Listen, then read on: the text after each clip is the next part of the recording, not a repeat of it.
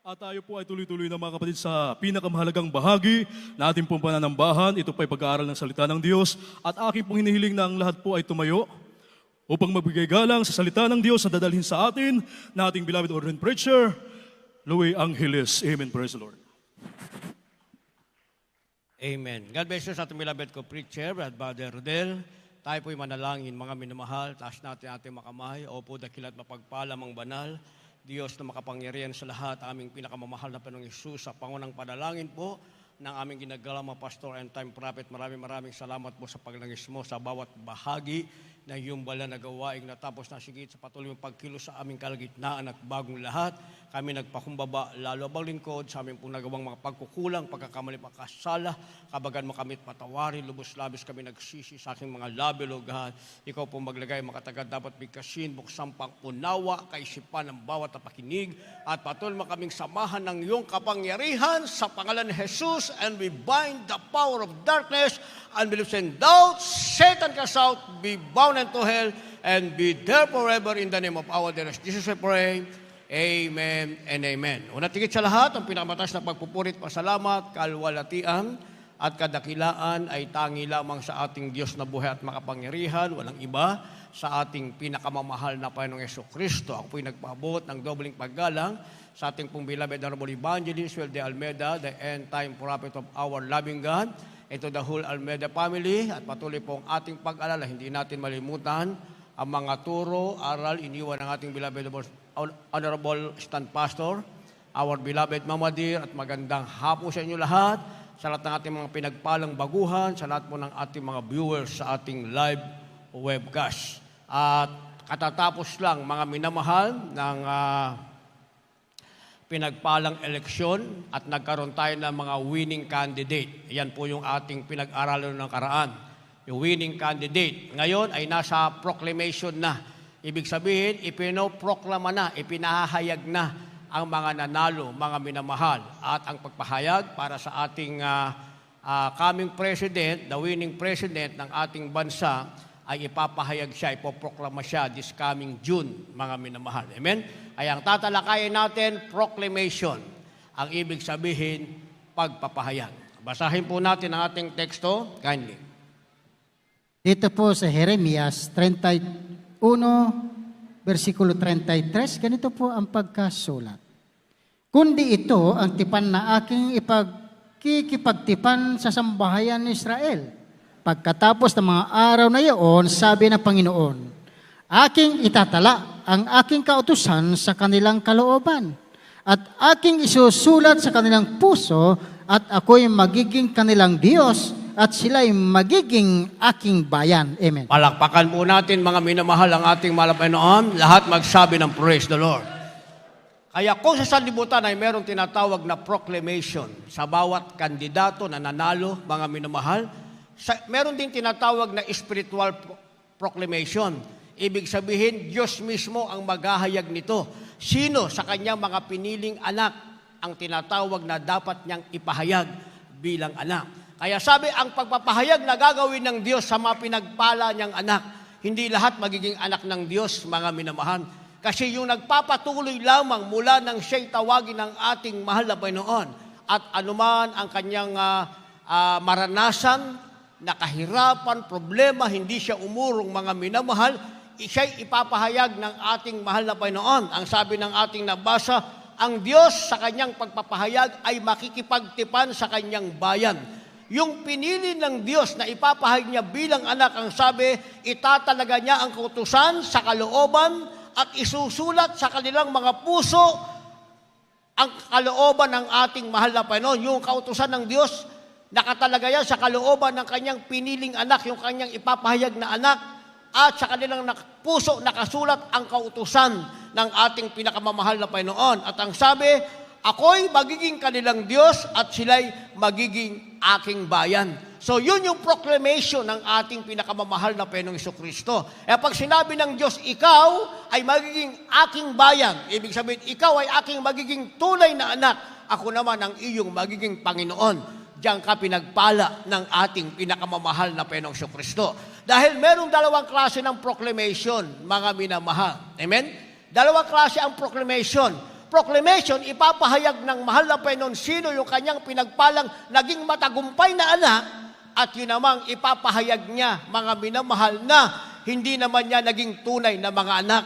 Kaya dito sa banal na kasulatan, mga minamahal, yung ipapahayag ng Diyos na kanyang tunay na anak, ang sabi, sila daw ay magsasama-sama. Walang pinag-iba yan, mga minamahal, sa mga nanalong ipapahayag. Dapat magsasama-sama sila, mga minamahal. Hindi sila maghihiwa-hiwalay. Dahil sa kanilang pagsama-sama, mga minamahal, gagawa sila ng batas na magiging ayon sa pakinabang ng mga mamamayan. Gayon din, mga minamahal, yung mga anak ng Diyos na kanyang ipapahayag na kanyang anak, na kanyang bayan, at ang Diyos ay kanilang Panginoon. Ang sabi, sila ay magsasama-sama. Magkakaroon sila ng tinatawag na pag-asa, mga minamahal, sa kanilang huling wakas, at aalisin ng Diyos ang kanilang kapaguran, papalitan ng tinatawag na kasiyahan. Dahil sila'y naipahayag na mga tunay na anak ng Diyos. Ating basahin. Dito po sa aklat ng Jeremias Kapitulo 31, ang bersikulo po ay 12. At sila ay magsiparito at magsiawit sa kaitaasan ng Siyon at magsihugos na magkakasama sa kabutihan ng Panginoon, sa trigo at sa alak at sa langis at sa gaya ng kawan at ng bakahan, at ang kanilang kaluluwa ay magiging parang dinilig na halamanan, at hindi na sila mga mamanglaw pa sa anuman. Amen. Verse 25, nabasa na natin. Verse 25, meet verse 25 ba yan? Nabasa natin yung verse 25? Verse 25. Jeremias Kapitulo 31, ang bersikulo po ay 25. Sapagkat aking bibigyan kasiyahan ang pagod na tao, at lahat na mapanglaw na tao ay aking pinasasaya. Amen. Palakpakan natin ang ating pinakamamahal na Panginoon. Ito pala ang magaganap pagkatapos ang mga anak ng Diyos ay pahayag na sila'y bayan ng Diyos.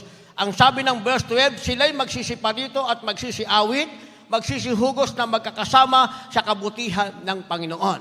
So yung ipinahayag ng Diyos na kanyang anak, mga minamahal, dahil ang Diyos ay kanilang Panginoon, nagsasama-sama sila, mga minamahal. Kaya kung wala sa pagsasama-sama, mga minamahal, ang isang Kristiyano, hindi siya kabilang doon sa naiproklama na tagapagmana ng buhay na walang hanggan, mga minamahal. Walang pinag-iba yan sa ating mga public official kung sila'y naipahayag na, mga minamahal. Subalit, wala sila sa pagtitipon, hindi siya makakasama sa paggawa ng batas, mga minamahal. Makikita ng maraming wala siyang pakinabang. Ibig sabihin, mga minamahal, kinuha lang niya yung kanyang tungkulin, pero ayaw niyang gampanan. Gusto niya lang mapakinggan ng maraming tao na siya'y naiproklama, naipahayag bilang isang public official ng bansang Pilipinas, pero ang katotohanan, wala ang puso niya sa kanyang tungkulin. Pride lang ang nasa kanya, fame, yung katanyagan lang, yun lang ang kanyang kailangan. Ganon din sa buhay pala ng Kristiyano, mga minamahal. Marami nagsasabi, nagkiklaim na sila daw ay Kristiyano, pero wala naman sila sa pagkakatipo ng mga banal. Sabi ng ating nabasa, pag na-proklama ka na, ang sabi, ikaw ay papalito at magsisiawit at magsisihugos na magkakasama sa kabutihan ng Panginoon. Kaya nga, pag nagkatipo ng mga Kristiyano, sila'y umaawit sa Panginoon, pinag-uusapan ang kabutihan ng ating pinakamamahal na Peso Kristo. Kaya nga sa ating pagsasama-sama, mga minamahal, meron tayong patotoo. Pagkatapos nating umawit sa Diyos, napapakinggan natin na ang bawat isa na naiproklama ng mahal na Panginoon sa kanyang sarili, ikaw sa iyong sarili, meron kang bibig kasing kabutihang ginawa sa iyo ng ating pinakamamahal na Peso Kristo. Kaya sabi ng verse 17, may pag-asa sa huling wakas. Yun yung tunay na naiproklama, mga minamahal. Sa sanlibutan, mga minamahal, yung naiproklama, kapag nagampanan niya ang kanyang tungkulin, meron siyang pag-asa sa huling wakas. Anong ibig sabihin? Hindi siya malilimutan ng mga tao. Kahit tapos na yung kanyang termino, mga minamahal, siya pa rin ang maaalala. Ako na-experience ko yan. Sa Bicol, mga minamahal, way back 1994, kundi ako magkamali si Mayor Villanueva, tapos na yung kanyang 3 terms, mga minamahal. 3 terms, makakasunod, siya ang nanalo, mga minamahal. Tapos na siya. Gusto ng mga tao, siya pa rin ang iboboto, mga minamahal. Si Mayor Villanueva ng Iriga way back 1994, kaya siya nakakilala sa mahal na Panginoon, habang siya'y nag-speech mga minamahal, nabutas yung kanyang kinatatayuan. Yung kanyang spinal cord ay tumama sa parlins. Mga minamahal, ang ibig sabihin, yun po ay nagkaroon ng damage. Kaya nagpagamot siya sa ibang bansa, bumabalik siya sa Pilipinas, na siya ay lumpo pa rin, nakasakay siya sa wheelchair. Napanood niya ngayon ang ating television program. Pumunta sila sa Channel 13, mga minamahal, nagtaka kami may dumating na grupo, bakit meron silang mga baril, meron silang M16, nung pala ang kanilang inaalalayan, yung kanilang mayor. Pagdating ng ating ginagalang mahal na pastor, ang kabutihan ng Diyos, mga minamahal, hindi pa sila nag-uusap, gusto niyang lumapit. Nakita niyo kanya sarili, tumayo siya, lumakad siya, lumapit siya sa ating ginagalang mahal na pastor. Pinagaling siya ng ating mahal na Panginoon. Kaya sa kanyang katuwaan, mga minamahal, gusto niya sila'y magsisuhugos na magkakasama. Anong ginawa niya? Nag-request siya ng crusade sa dako ng Iriga, mga minamahal. Yon ang krusada natin, mga minamahal, way back 1994. Kami mga prayer warrior, mga minamahal, hindi kami nahirapang maglehans. Kasi pag krusada, napakarami mong ililehans. Kung ang dumalo ay nasa 1,000 ililehans mo lahat yan. Idagdag mo pa yung kapatiran, mga minamahal. Pero doon, mas healing pa lamang. Nagtalo na yung mga paralyzed. Sinasabi, ako'y magaling na. Sabi ng bakla, ako ay lalaki na. Yung kanilang mga sakit, pinagaling na ng ating mahal na Panginoon. Alam niyo kung bakit? Dahil si Mayor Villanueva, ang ginawa niya, pinahinto niya lahat ang nagdadrive ng mga jeepney driver, pinadrive niya. Miniting niya. Ang sabi niya, pupunta kayo sa bayan-bayan. Susunduin niyo ang lahat ng tao. Babayaran ko na yung boundary niyo, babayaran ko na yung inyong kikitain, ang lahat ng tao, dadalhin niyo sa plaza. Kaya nagtaka kami, napakaraming tao, mga minamahal. At yun, nalaman namin doon sa mga driver, ano bang meron dito? Bakit ayaw kaming pabiyahihin ni Mayor? Binayaran yung boundary namin, binayaran yung kikitain namin. Sabi namin, ang meron dito, Jesus Miracle Crusade. Kaya nakita ng mga tao ang kapangyarihan ng ating mahal na Panginoon. Si Mayor Villanueva, mga minamahal, after three terms, kung meron pang 4 to 5 terms and forever, gustong-gusto siya ng mga tao. Dahil makita mo, simple lang ang kanyang buhay, mga minamahal. Nung makarating kami ron, mga minamahal, lahat ng aming kailangan, ibinigay niya. Ano, wala kayo? Wala kuryente? Lagyan ng kuryente. Wala kayong telepon? Lagyan ng telepon. Lahat ng aming kailangan, mga minamahal. Kaya naman pinagpala siya ng mahal na Panginoon. Ganon pala sa paglilingkod natin sa ating pinakamamahal na Peso Kristo, mga minamahal. Meron tayong tinatawag na pag-asa sa huling wakas. Ang ibig sabihin, mga minamahal, magwawakas at magwawakas ang lahat ng bagay sa daigdig. Ang iba ay pipikit ang mata, mga minamahal, o abutan ng rapture na walang pag-asa. Pero na ikaw na iproklama na tunay na anak ng Diyos, hanggang sa huling wakas, ikaw ay mayroong pag-asa. Kaya sabi ng verse 25, bibigyan kasiyahan ang pagod na tao, ang mapanglaw na tao ay pinasasaya. Di ba? Tayong lahat, pagod tayo sa ating buhay noon. Lahat tayo nagsusumikap, sayad ang ating pagsusumikap sa lupa hanggang langit. Lahat tayo nangarap, mga minamahal. Hindi ba? Walang kwenta ang lahat ng ating pagsusumikap. Walang kwenta ang lahat ng ating mga pangarap, mga minamahal. Nakita lang natin ang ating sarili, pagod na pagod tayo, wala tayong pag-asa. Ako kaya kong sabihin yan. Kasi mag-aral ka ng 5 piso lang ang baon mo, mga minamahal. 5 piso. Punta ako sa FEO, balik ako sa Muñoz, diretso sa bahay, 5 piso. Kaya nga hindi pa ako Kristiyano, alam ko na yung fasting pero hindi ko alam fasting. Alam ko lang, hindi ako kakain kasi eksakto lang yung pera ko Night shift pa naman ako. Di uuwi ako alas 11:30, dating sa bahay alas 12 ng hating gabi. Yun pa lang ang kain ko, mga minamahal. Mapalad na ako kung subuan ako ng kapatid ko habang ako'y nagdo-drawing. Kasi kumain ka muna, sabi niya sa akin. Wala akong panahon kumain, kailangan tapusin ko itong rendo. Rendo, yun yung project namin, project drawing namin yun, mga minamahal. So susubuan niya lang ako para makakain. Pag hindi niya ginawa yun, wala akong pagkain, mga minamahal. Nagsakripisyo ako kasi meron akong pangarap. Gusto ko may pag-asa sa huling wakas at iniisip ko ang kapaguran ay magwawakas pag ako ay graduate na. Gumraduate naman ako after 5 years. 5 years na kasi ang kurso namin noon, mga minamahal. accelerated na. Pero lalo akong napagod. Bakit? Kasi nga ang pangarap natin sa sanlibutan, iniisip mong ikaw ay magtatagumpay at magpapahinga ka, makakamtan mo lang ang tagumpay. Pero hindi mo kayang isigaw na ikaw ay nagtagumpay. Bakit? Dahil pagkatapos ng tagumpay, papalit naman sa iyo ang walang hanggang kabiguan. Ano ang kabiguan ko, mga minamahal? Nagkaroon ako ng karamdamang ketong, isang karamdamang pinagdidirihan. May gamot, pero walang kagalingan. O di walang kapahingahan. Hanggang mag-isip na lamang ako na uminom ng lason at magpakamatay. Dumating naman sa buhay ko ang ating pinakamamahal na Peso Kristo. Ayun ang sinasabi ng banal na kasulatan, mga minamahal. Pag naiproklama ng Diyos na ikaw ay kanyang anak, siya'y Panginoon mo, sabi ng verse 25, bibigyan kanya ng kasiyahan, ikaw na pagod na tao, bibigyan ka ng kasiyahan ng malapay noon, maging ang kapanglawan mo ay papalitan ng kasayahan ng ating pinakamamahal na Peso Kristo. Nakilala ko ang ating mahal na Panginoon. Isang araw na pagdalo, mga minamahal, umuwi na akong walang ketong. Lumipas na ang panahon 1989 hanggang sa panahong ito, 33 years na sa September 27 hanggang rapture, pahingang-pahinga naman ang aking katawan. Yung aking kalungkutan, hindi na nabalik pa. Isipin mong pagaling ka sa ramdaman mong ketong at talaga namang magpapahinga ka. Hindi ba? Magpapahinga ka. Mga tao sa sanlibutan, walang kapahingahan, naubos na lang ang kanilang kayamanan, wala pa rin kagalingan, walang pag-asa sa huling wakas, walang Panginoon na magsasabing, ikaw ay aking anak, ako ang iyong Panginoon. Wala. Samantalang tayo, pinagpala tayo, Diyos ang nagsasabing, tayo'y kanyang anak, ang Diyos sa langit, siya ang ating Panginoon. So, yan ang sinasabing first proclamation, o unang pagpapahayag para sa mga anak ng Diyos, mga minamahal. Para naman sa mga hindi anak ng Diyos at sa mga tumalikod, mga minamahal.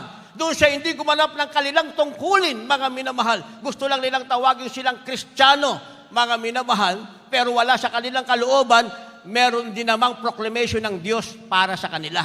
Anong proclamation para sa kanila? Basa. Aklat ng Mateo, Kapitulo 7, ang talatay 23. At kung magkagayoy, ipahayag ko sa kanila, kailanmay hindi ko kayo nangakilala. Magsilayo kayo sa akin, kayong manggagawa ng katampalasanan. Lahat magsabi ng praise the Lord. O, ito naman ang sasabihin ng ating mahal na Panginoon. Magpoproklama ang Diyos, sasabihin, kailanman ay hindi ko kayo nakikilala. O hindi pala sila kilala ng Diyos. Kaya maraming magsasabi, Panginoon, kilala ka namin. Gumawa kami sa iyong pangalan. Nagpagaling kami sa iyong pangalan. Once upon a time, maaari. Ang ibig sabihin, minsan sa kanilang buhay nangyari na sila'y nagpagaling sa pangalan ng mahal na Panginoon. Nung mainit pa silang maglingkod sa mahal na Panginoon, mga minamahal. Pero dumating ang panahon, ayaw na nilang maging anak ng Diyos, muli nagkaroon ng tinatawag na next proclamation, na wala na yung sinasabing sila'y anak ng Diyos, ang Diyos ay kanilang Panginoon. Ang next proclamation o pagpapayag sinasabing magsilayo kayo sa akin, hindi ko kayo nakikilala, kayong manggagawa ng katalampalasanan. O, nasa banal na kasulatan pala, mga minamahal. Kaya, mga minamahal, yung estabo ng mga public official sa susunod, mga minamahal, kahit anong gawin pa nila, magsasayaw-sayaw pa, mga minamahal. Kaya nag-uusap-usap sila, naisahan daw sila ng artista lang, naisahan tayo, pasayaw-sayaw ka pa kasi. Tingnan mo, hindi naman pasayaw-sayaw, number 1. Diba? Yung iba, marami pang style lang ginawa. May pasayaw-sayaw pa. May parap-rap pa. Di ba? May patula-tula pa. Kung ano-ano pang pinagagawa. Nung pala, kolelat. O, minsan ganun din sa Kristiyano, mga minamahal. Palayang pakita, ha? Hindi, Kristyan ako. Meron din naman akong Bible. Naka-uniforme din ako. Nung pala, ang proclamation na maririnig, hindi kita kilala, sabi ng mahal na Panginoon. Lumayo ka sa akin, ikaw na manggagawa ng katalampalasanan. Pero yung simpleng tao lang, simple lang. Kahit anong gawing mura sa kanya, simple lang eh. Di ba? Walang lalabas sa kanyang bibig eh. Hindi kayang habulin, mga minamahal. Hindi kayang habulin. Talagang ang lamang, millions. Hindi ba? Tingnan niyo yung tahimik na Kristiyano lang. Obserbahan niyo, yung tahimik na Kristiyano, wala siyang pakialam sa nangyayari. Pagpunta niya sa bahay-sambahan, pinakikialaman niya lang yung sarili niya. siya ang unang-unang mapupuspos ng presensya ng mahal na Panginoon. Yung Kristiyano na yan, palagi mo makikita sa panambahan. Wala kang marinig na reklamo sa Kanya. Ang mahalaga sa Kanya, siya ay kasamang humuhugos, nagpupuri sa Panginoon, pinakikinggan ang kabutihan ng ating mahal na Panginoon. Di ba? Pero yung Kristiyanong mareklamo, yung ayaw gumawa ng tungkulin, pero gusto ng uniforme, mga minamahal, wala, isang araw, makikita niyo yan, wala na. Tama ba sinabi ko? Dito na tayo tumanda sa Malapion, di ba? Lahat ng mareklamo, mga minamahal, yung nag-aaway sa gitna ng service, hindi ba? Pakinggan ng mga kabaguhan. Sa Jesus Miracle Crusade, ang alam ko dyan, puro himala eh. Pero bakit may dalawang nag-aaway? Hindi ba? Sabihin naman nag-aaway, nagkataon lang. Nagkataon lang, pero may proclamation. Kung ngayon na nag-rapture, sasabihin ng Malapion, kayong dalawa, lumayas kayo sa harapan ko. Hindi ko kayo nakikilala, manggagawa kayo ng katalampalasanan. Pero yung tahimik na Kristiyano, mga minabal, walang kaawayan. Masakit o hindi ang kanyang napakinggan, ang marinig mo dyan, praise the Lord, iyan ang tagalangit, tagapagmana ng buhay na walang hanggan. Bakit, mga minamahal? Meron kasi tayong tinatawag na huli at dakilang paglalakbay.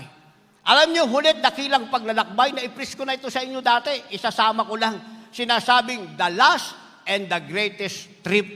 Ang ibig sabihin, yan ang una at huling paglalakbay. Tayo, maglalakbay tayo, mga minamahal. Ngayon, ang paglalakbay, nag-iisip ang mga tao, punta na ako sa ibang bansa, doon ako magtatrabaho, doon ako titira. Hindi ba ganyan ang mga tao eh? Hindi ba? Ganyan ang mga tao, mga minamahal. O isang karamdaman, pak, wala na lahat yung ating iniisip na paglalakbay. Isang pagsubok, pak, wala na kaagad, mga minamahal. Hindi ba? Pero meron tayong tinatawag na the last and the greatest trip. Sinasabing huli at dakilang paglalakbay. Ano yung ating paglalakbay? Basa. Dito po sa unang mga tiga Thessalonica 4, talata 16 hanggang 17, ganito po ang pagkasulat. Sapagkat ang Panginoon din ang bababa mula sa langit, na may isang sigaw, may tinig ng arkanghel at may pakakak ng Diyos, at ang mga namatay kay Kristo ay unang mga bubuhay na maguli. 17, kung magkagayon, tayo na bubuhay na natitira ay aagawin kasama nila sa mga alapaap upang salubungin ng Panginoon sa hangin, at sa ganito'y isa sa Panginoon tayo magpakailanman. Amen. Lahat magsabi ng praise the Lord. Yung mga dating Kristiyano, paulit-ulit lang napakinggan ito, mga minamahal. Pero sa mga baguhan, dapat nyo itong unawain at intindihing maigi. Huwag aalisin sa ating puso dahil ayaw at sa gusto natin, maging dati kang Kristiyano o bago kang Kristiyano, ito ay magaganap at magaganap. Ang tawag dito, mga minamahal, magaganap ang tinatawag na final proclamation. Pero bago maganap ang final proclamation, mga minamahal, magkakaroon tayo ng tinatawag na the last and the greatest trip. Ang ibig sabihin, bago maganap ang pinakahuli, pinaka-final na pagpapahayag na ikaw ay tunay ngang anak ng Diyos, magaganap muna, mga minamahal, ang una at dakilang paglalakbay. Ano yung una at dakilang paglalakbay? Dapat tayong mapasama rito. Sabi ng ating verse 16, mga minamahal, ang Panginoon daw ay bababang mula sa langit. Yung ating Diyos na hindi nakikita mula sa langit, mula doon sa kanyang kaharian, bababa sa langit, sa mga alapaap. Saan bababa ang Diyos? Sa alapaap, hindi sa lupa. Tapos na sa lupa, bumaba ang mahal ng katawang tao. Ang sabi rito, mga minamahal, merong tinatawag na tunog ng arkanghel, pakakak ng Diyos. Yan ang sinasabing pag-ihip ng propeta, ng trompeta. Yan ay maiintindihan ng lahat ng mapapabilang sa magmamana ng buhay na walang hanggang ipoproklama bilang tagapagmana ng buhay na walang hanggan. Pero sa walang Espiritu ng Diyos, hindi nila yan maiintindihan. Walang pinag-iba yan sa panahon ni Moises, mga minamahal. Nung magsalita ang Diyos kay Moses, si Moises naiintindihan niya. Pero yung mga Israelite, mga stubborn spirit, mga hard-headed, mga minamahal, matitigas ang ulo, ang napakinggan nila ay isang kidlat lamang at malakas na kulog. Yun lang ang kanilang naunawaan. kumukulog, kumikidlat. Pero hindi nila alam, ang Diyos ay nagsasalita, nakipag-usap kay Moses, si Moses lang ang nakakaintindi. Naintindihan natin. Bakit niya naintindihan? Kasi si Moses, heart to heart, nakipag-usap sa Diyos. Yung paglilingkod ni Moses sa Diyos, walang talikuran. Mula sa masaganang buhay niya sa palasyo ni Paraon bilang anak ni Parao, mga minamahal, pinili niya maging isang alipin lamang ni Parao. Sumama siya sa buhay Israelite na alipin ng Parao. Nalugod ang ating mahal na Panginoon. Ganon din ang mangyayari. Pagtunog ng pakakak, maiintindihan na may Espiritu ni Kristo, yun na pala ang tinatawag na trumpet of God. Ang ibig sabihin, ang Diyos ay nasa langit na, nasa alapaap na. Ang sabi, yung unang namatay kay Kristo, mabubuhay siya. Kasi meron nang naunang nasa langit na ngayon sa atin. Ang sabi, muli silang mabubuhay. Saan man sila libingan naroon, ang kanilang buto ay babangon, magkakaroon ng laman, magkakaroon sila ng tinatawag na glorified body, mga minamahal, at sasalubong sila sa Panginoon. Yun ang nakalagay na binasa natin.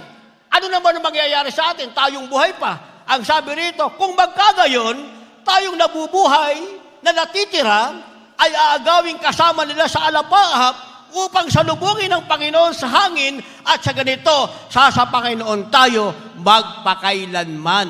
Lahat magsabi ng praise the Lord. Sa makatuwid, pag nabuhay na yung mga patay, mga minamahal, papunta na sila sa langit, sasalubong sa Panginoon sa alapaap. Ganon din pala tayo, sabay na sasalubong sa Panginoon, yung nabubuhay, mga minamahal. Ito ang tinatawag na last and the greatest trip. Ibig sabihin, huli at dakilang paglalakbay. Maglalakbay tayo, hindi papunta sa ibang bansa. Maglalakbay tayo, mga minamahal, upang mapasapiling ng ating pinakamamahal na Panginoon. Maging yung patay na namatay na, at tayong nabubuhay pang naghihintay sa ating mahal na Panginoon. Then, proclamation ang mangyayari. Sasabihin ng ating mahal na Jesucristo, pumasok ka sa aking kaharian. Welcome to my word. Nasa banal na kasulatan yan. Ikaw na tapat na alipin, pumasok ka sa kahariang inihanda sa iyo, sabi ng banal na kasulatan. Yun namang hindi welcome ang proclamation sa kanila, kagaya ng ating nasabi, mga minamahal, kagaya ng ating nabasa. Sabi, hindi ko kayo nakikilala, magsilayo kayo sa akin, kayong manggagawa ng katampalasanan. Kaya kinakailangan, mga minamahal, alerto tayo sa bagay na ito. Ngayon, naghihintay tayo. Sino kaya ipoproklama? Pag naproklama, sabi, yippee! Yung ibinoto ko, naproklama na. Yun namang hindi nanalo, gusto talagang manalo. Kahit namang kitang-kitang, talong-talo. O, hindi ba? Sa mga Kristiyano, mga minamahal, marunong tayong tumanggap ng katotohanan.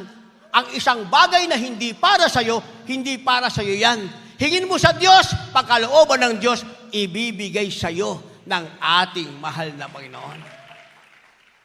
Kaya ang tama, by faith, hindi by pilit. Naunawaan niyo yun. Magkaiba yun. Ano ang tama? By, hindi by. Bakit mahilig kayong mamilit?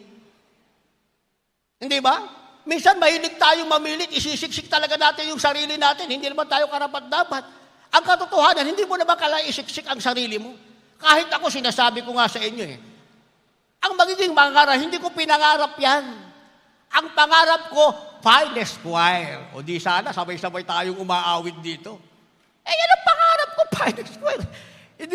Hindi pa ako worker, gusto-gusto ko maging finest choir. Dahil nag-worker nga ako, ang mga worker, priority, maging finest choir. O di nag-audition na kami, mga 37 kami, mga minamahal. After audition, hindi pa sasabihin, hindi pa ipoproklama kung pumasa ka o hindi. Next meeting pa uli, mga minamahal, next Monday. Every Monday ang meeting namin sa Pastoral House. Sabi ng ating beloved, Mama dear, our beloved Assistant Pastor, ang lahat ng nag-audition bilang finest choir, lahat kayo, finest choir na. Sa isip-isip ko, yes! Praise the Lord. May kaduktong pala yun. Maliban lang kay Brother Louie. Isipin nyo, sa dami-dami namin, ako hindi napasama ron. Yun nga ang pangarap ko, mga minamahal. Di ba? Hindi naman ako nagtampo. Kasi hindi ako para doon. Pag hindi ka para doon, tanggalan ka ng mic, hindi ka para dyan. Merong nakalaan na para sa'yo. Maliban na lamang na pagsikapan mo. Kaya nga noon, hindi ko alam paano kumanta, pero ang totoo niyan, mahilig akong kumanta. Kasi may paborito akong singer, mga minamahal. Kilala niyo si Bing Rodrigo? Kilala niyo yun? Pareho kami ng boses doon, magkasing-ganda ang boses namin doon. Pag hindi ako kumakanta, magkasing ganda yung boses na. Pag kumanta ko, yung mga kanta niya kasi, gusto ko yung mga kanta niya, mga minamahal. At saka si Victor Wood, di ba may piyok pa sa dulo yun? Gumaganon pa. Paborito kong singer eh. Hindi ba? Si Mother Fred, paborito na si Eddie Peregrina eh. Kaya yun ang alam niya, mga kanta. Kaya gusto ko talaga maging maawit ng mahal ako kasi gusto kong kumanta eh. Kaso nga, hindi nga ako pwedeng maging Pioneers Choir. Naiproklama na eh. O hindi naman ako nagtampo. Ang ginawa ko, pinag-aralan ko paano kumanta. Kaya after ng service, mga minam, after ng prayer, kukuha ko ng isang gitarista. Nag-aral na rin ako mag-gitara. Marunong ako mag-gitara pag ako lang ang kakanta. Kasi alam ko yung boses ko kung anong key. Pag boses nyo, hindi tayo magkakasundo yan. Marunong din ako mag-organ pag ako rin ang kakanta. Pag boses nyo, ay hindi tayo magkakaso kasi alam ko yung boses ko eh. Hindi ba alam ko kung saan ko titipahin eh. Kaya ginawa ko, para matuto ko, pagkatapos ng prayer namin, kahit mahaba yung prayer, kukuha ko ng isang gitarista. Magpapaturo ako sa kanya. Halos lahat ng gitarista sa pastoral house, nagpaturo ako. Paano ko sisimulan, paano ko tatapusin yung kanta ko, mga minamahal. Hanggang sa isang araw, naka-duty ako sa counseling natin, sa telephone. Sabi ng ating beloved Mama Dero, Mother Louie, pagkatapos ni Mother Hermie, palitan mo ikaw naman ang magpaawit. O isipin nyo, ako magpapaawit sa daily prayer namin, mga minamahal. Ang boses ko, B-flat. Pero noon, hindi ko pa alam na B-flat ako. Kaya pag merong isang nagpapaawit, C, isa lang ang gitarista noon. Pag ako nagpaawit dahil ang boses ko, B-flat, mahirap yon sa gitara. Yung mga gitarista, alam nila, di ba? Mahirap sa gitara yun. Hindi ka pwedeng nakapikit. Masakit sa kamay. Kaya pag ako nagpaawit, 5 gitarista ang magpapalit-palit sa akin. 5 silang gitarista. Sigaw sila ng sigaw. Sising-sisina ako sa kanila eh. Hindi ko talaga mailagay sa sing. B-flat pa rin ako. Yan ang boses ko eh. Hindi ba? Hanggang isang araw, ang pastoral house nagulantang. Lahat ng worker nandun sa pressing area.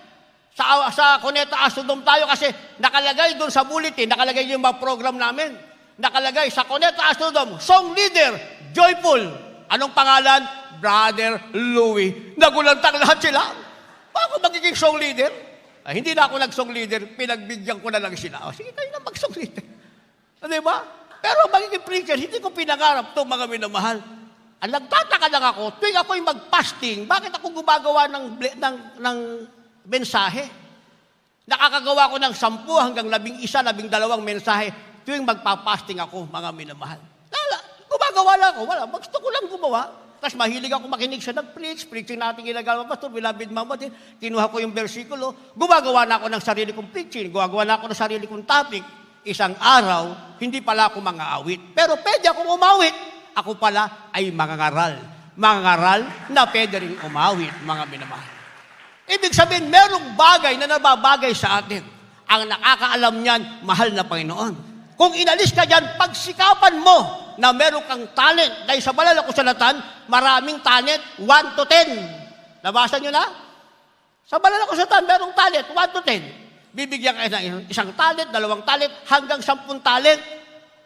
Pero nasa iyo, papaano mo pauunlarin ang iyong talent, mga minamahal. Gusto ko matutong mag-gitara, gusto ko matutong mag-organ, di nag-aral ako pag ako lang ang aawit. At least, hindi ko na kailangan ngayon ng gitarista.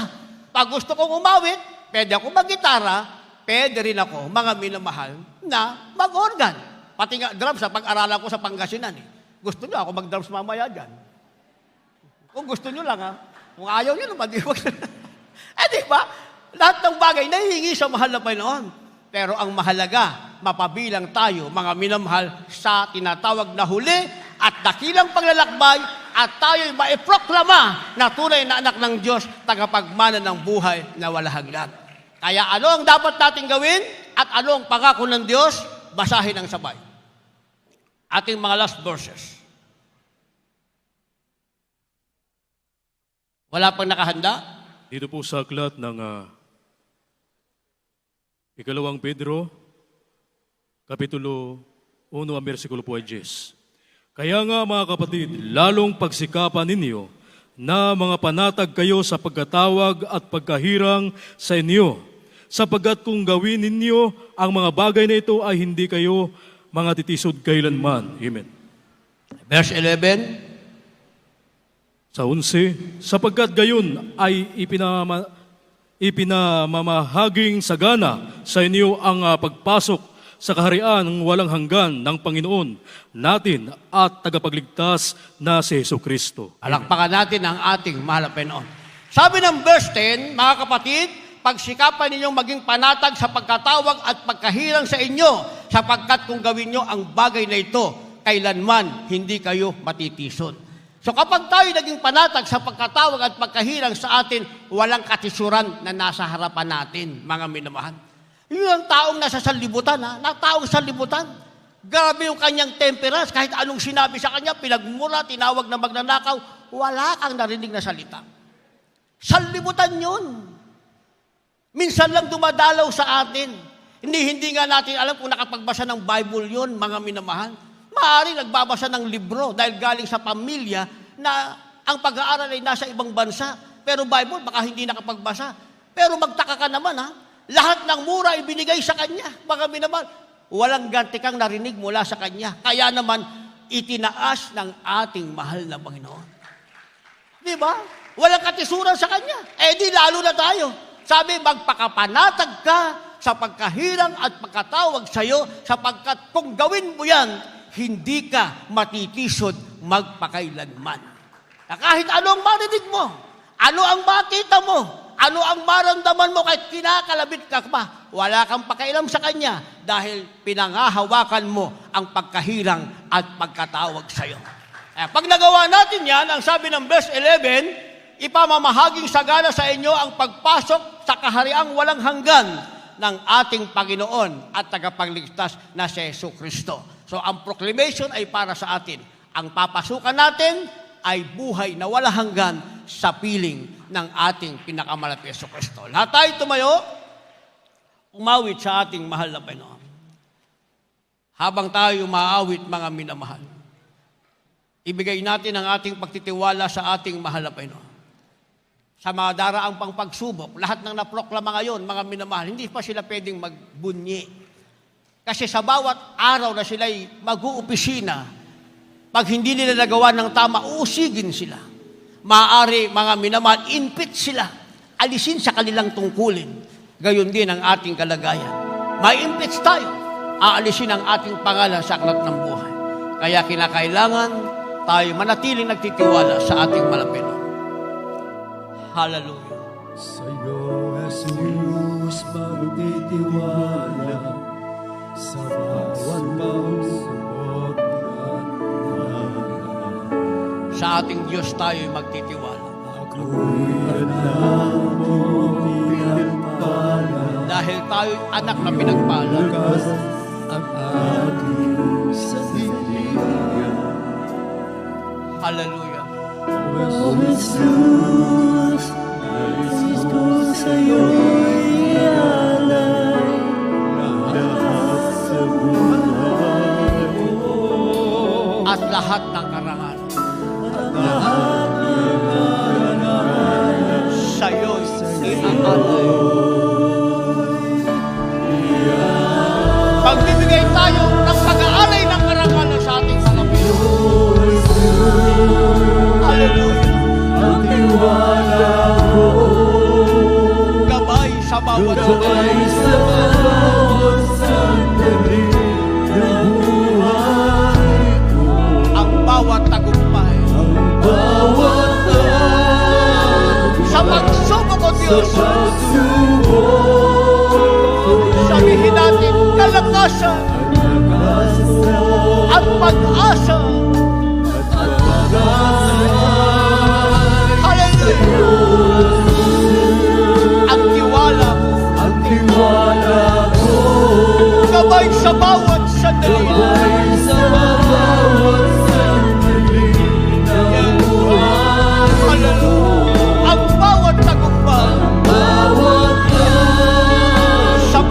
pagsubok ko, Diyos. sa pagsubok ko, Diyos. Kalakasan at pag-asa. Sa'yo, Jesus, magtitiwala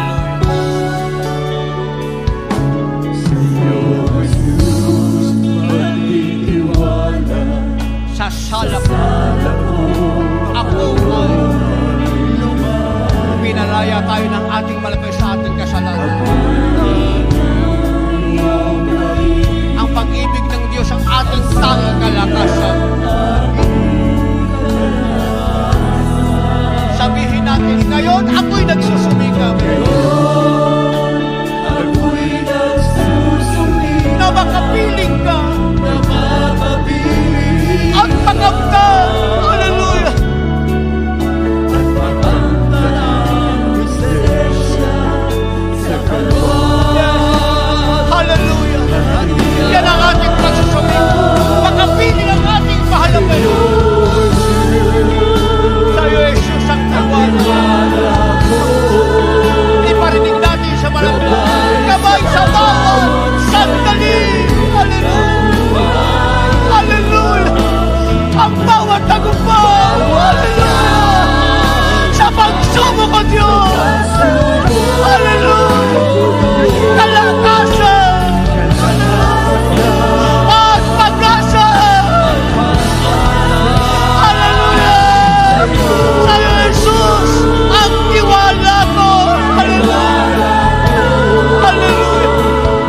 Kamay sa bawat sandali. Hallelujah! Hallelujah! Ang bawat pagsubok. Sa pagsubok ko, Diyos. Hallelujah! Kalakasan at pag-asa.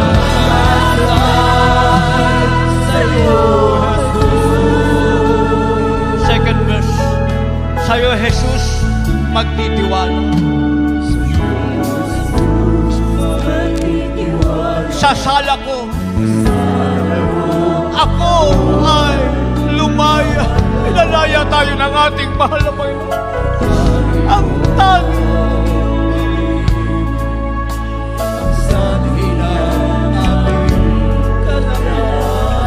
sabihin natin mula sa ating mga labi, ngayon ako'y nagsusumikap na makapiling ka at makamtan ang presensya. Hallelujah! Sa kaluwag, hatian mo. Hallelujah! Uring ka, marapala. Hallelujah! Thank you so much, Hallelujah! Kamay sa bawat sandali ng buhay mo. Hallelujah! Ang bawat tagumpay sa pagsubok. Hallelujah! Kalakasan. Hallelujah!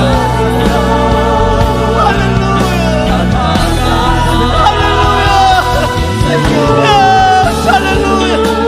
Ang tiwala ko. Hallelujah! Kamay sa bawat sandali. Hallelujah! Ang bawat tagumpay sa pagsubok ko, Diyos. Kalakasan.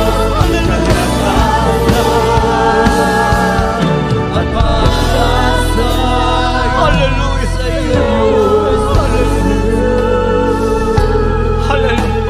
Mga minamahal, sa lahat ng tumatakbo, sa lahat na nakipaglaban, tayo ang nanalo na, mga minamahal. Hallelujah! Proklamado na tayo'y mga anak ng Diyos, tagapagpala ng buhay na walang hanggan. Hallelujah! Ang ating labang gagawin, tayo'y magtitiwala sa gabay ng ating Panginoon sa bawat sandali ng ating buhay. Ang bawat tagumpay ay pagsubok, ang kalakasan at pagkasa ay tanging lang sa ating pinakamamahal na Panginoong Jesucristo. Hallelujah! Hallelujah!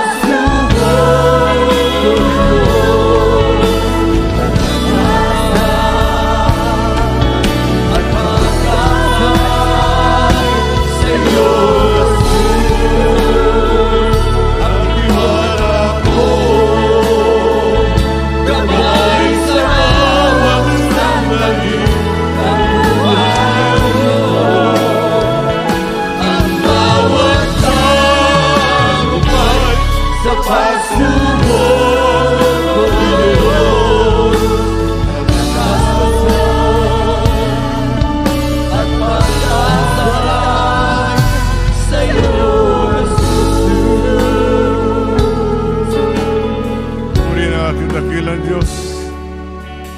Puri ng ating pinakamamala Panginoon.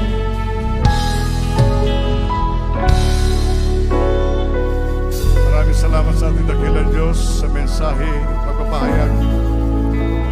Maraming salamat sa ating beloved Lord, Preacher, beloved Brother Louis Angeles.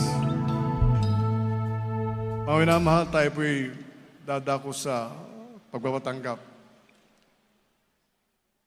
May kalayaan ng tao, minamahal ko, na piliin yung dati niyang buhay na makasalanan at pagkatapos itatapon sa impyerno, o ikaw isang Kristiyano na maratili sa gawain, dadaan sa pagsubok, pero nakakatiyak ka naman ng buhay na walang hanggan. Yung po minamahal ko, maging mensahe sa mga baguhan.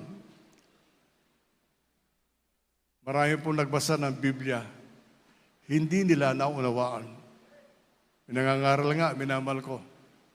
Ngunit sa atin, binuksan ng ating dakilang Diyos ang ating puso at kaisipan na meron lang tayong iisang Diyos na dapat paglingkuran. At kilalanin siya, at pag siya nakilala mo, magagawa mo ang kanyang kalooban. Kaya nga po sa mga ating po mga webcast viewers, bigyan niyo po ng pagkakataon ninyong mga sarili na mapaglingkuran totoong Diyos. Minamahal. Pwede,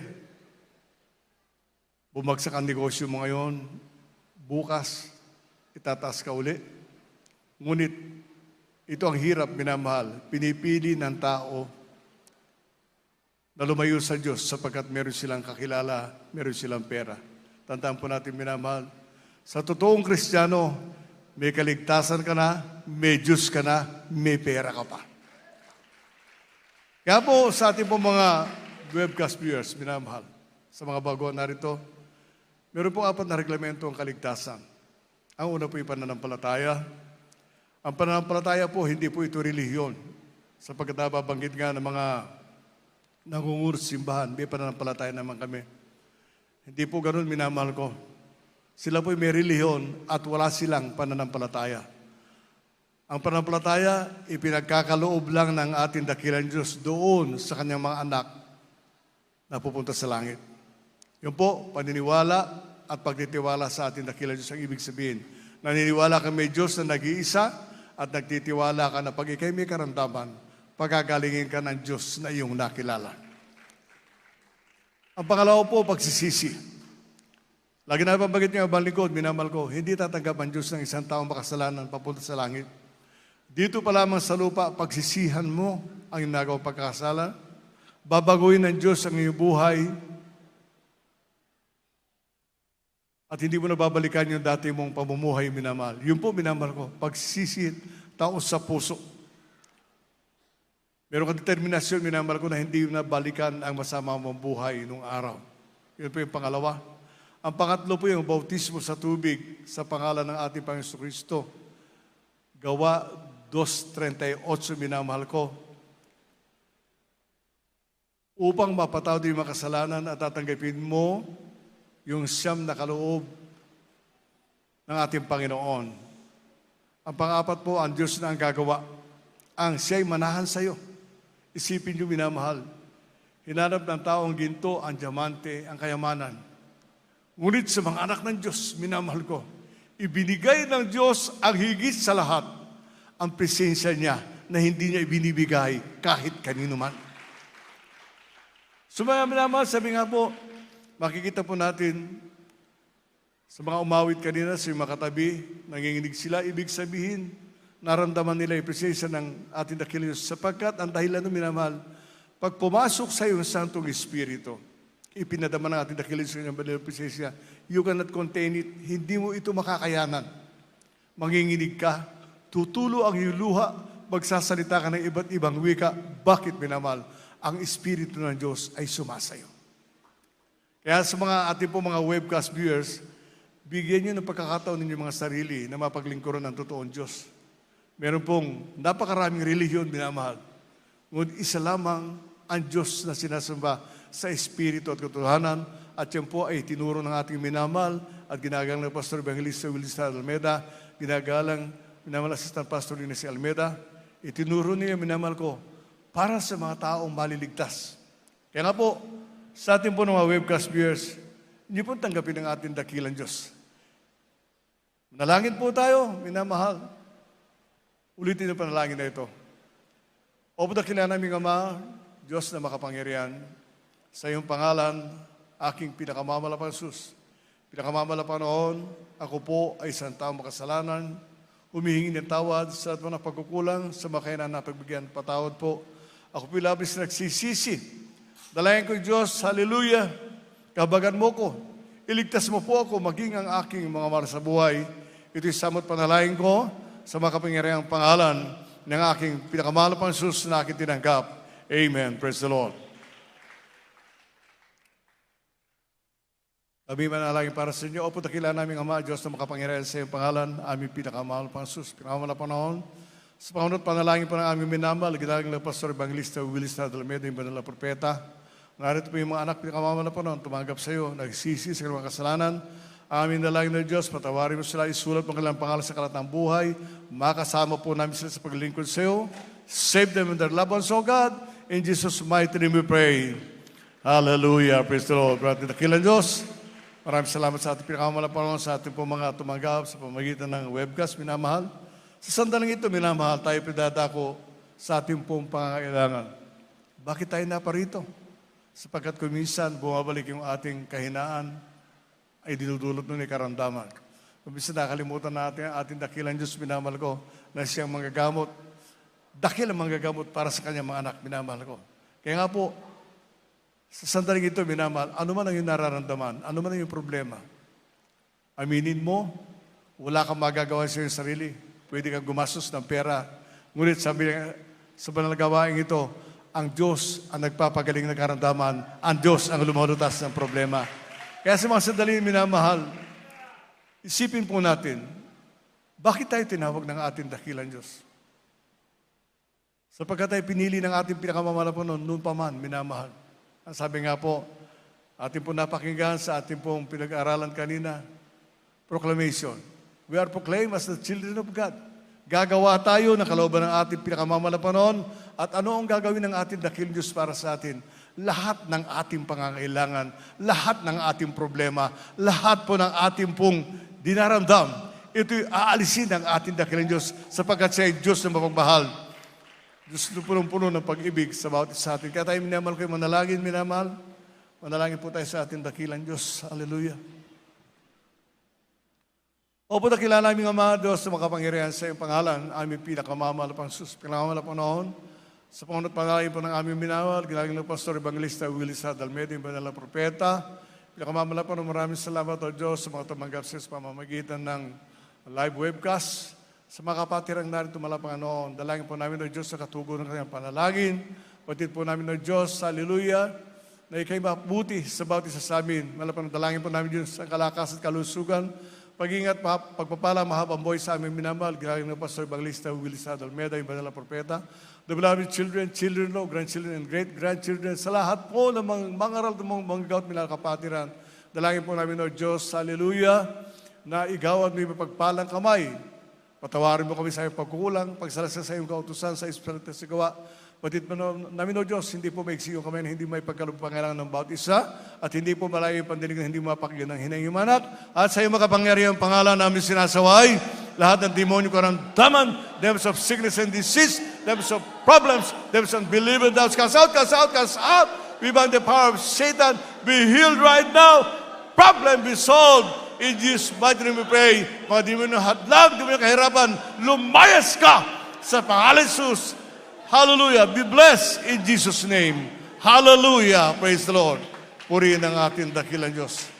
Purihin ang pinakamamalapan. Ngayon minamahal, tanda na ikaw yung nagpapasalamat sa ating dakilang Diyos. Sunod na ganun 3 beses, kasabay na pagsigaw ng Hallelujah. Praise the Lord, minamahal ko, sapagkat yun lamang ninanais ng ating dakilang Diyos sa atin, na tayo magtiwala sa Kanya. At anumang hingin natin, ipagkakaloob ng ating dakilang Diyos, kaya tayo lunod 3 beses, sisigaw ng Hallelujah. Praise the Lord. Hallelujah, praise the Lord! Hallelujah, praise the Lord! Hallelujah, praise the Lord! Palakpakan po natin dakilang Diyos. Maraming salamat sa ating pinakamalapan sa katugon natin panalangin. At narito tayo.